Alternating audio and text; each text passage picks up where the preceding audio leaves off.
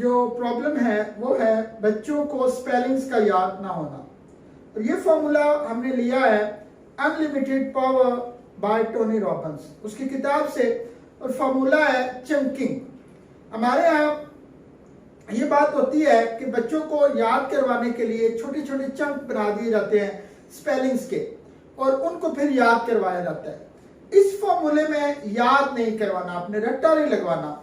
होगा क्या कि एक वर्ड लें, उसको 5 से 9, 4 भी बना सकते हैं, 3 भी बना सकते हैं, टुकड़ों में तकसीम कर दें। फॉर एग्जाम्पल हम लफ्ज लेते हैं प्रोनाउंसिएशन, आप इसके 4 हिस्से कर लें। प्रोनाउंसिएशन, पहला टुकड़ा है प्रो।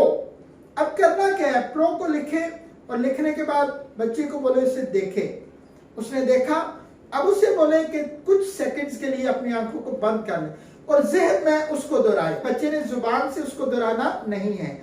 उसके बाद नन, उसको देखे, आंखें बंद करे और फिर उसको दोहराए।